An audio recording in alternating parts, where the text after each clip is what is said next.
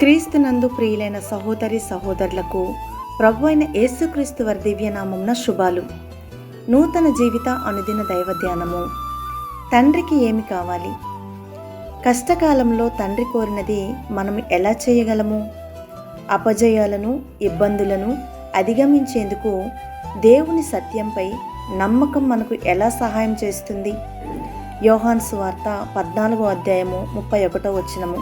అయినను నేను తండ్రిని ప్రేమించుచున్నానని లోకము తెలుసుకున్నట్లు తండ్రి నాకు ఆజ్ఞాపించినది నెరవేర్చుటకు నేను ఇలాగు చేయుచున్నాను.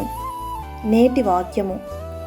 యేసు శిలువ సమయం సమీపిస్తుండగా ఈ లోకపు రాకుమారుడు వస్తున్నాడని చెప్పాడు. కానీ ఆయనపై అధికారం లేదు. అప్పుడు ఆయన నేటి లేఖనాల్లో అయితే తండ్రి నా నుండి కోరేది నేను చేస్తాను అని చెప్పాడు. మనమందరము దాడులు, ఇబ్బందులు మరియు వ్యతిరేకతను ఎదుర్కోవలసి ఉంటుంది. శత్రువు వస్తాడు. అతనికి మనపై అధికారం లేదు. అయితే తండ్రి కోరేది మనం చేయాలి. మనము వెనుక తట్టి వెళ్ళలేము. తండ్రి ఆశించేది చేయలేకపోతున్నాము. ఇది ఎందుకు జరుగుతుంది? ఇది సరైనది కాదు. తండ్రి కోరేది ఏమిటంటే మనము విశ్వాసంతో ముందుకు సాగాలి. భయము మనల్ని పట్టుకోనివ్వద్దు. శత్రువు వద్ద ఉన్న ఏకైక సాధనాలు మోసము మరియు అబద్ధాలు. అతని అబద్ధాలను నమ్మి మనము అతనికి ఇచ్చే శక్తి మాత్రమే అతనికి ఉంది. అతన్ని అబద్ధాలకు తండ్రి అంటారు. అతనిలో నిజం లేదు.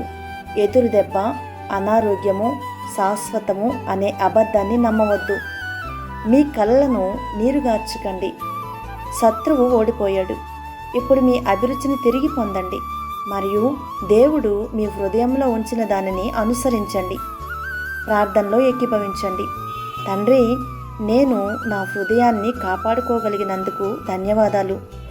నన్ను భయపెట్టడానికి, చింతిస్తూ జీవించటానికి ప్రయత్నించే అన్ని అబద్ధాల నుండి, మోసాల నుండి నేను కాపాడుకోగలను. నేను అబద్ధాలను విస్మరించగలను మరియు మీ వాక్యంలోని సత్యాన్ని విశ్వసిస్తున్నందుకు ధన్యవాదాలు. నేను విధేయత చూపుతానని మరియు మీరు కోరినది చేస్తానని నేను ప్రకటిస్తున్నాను.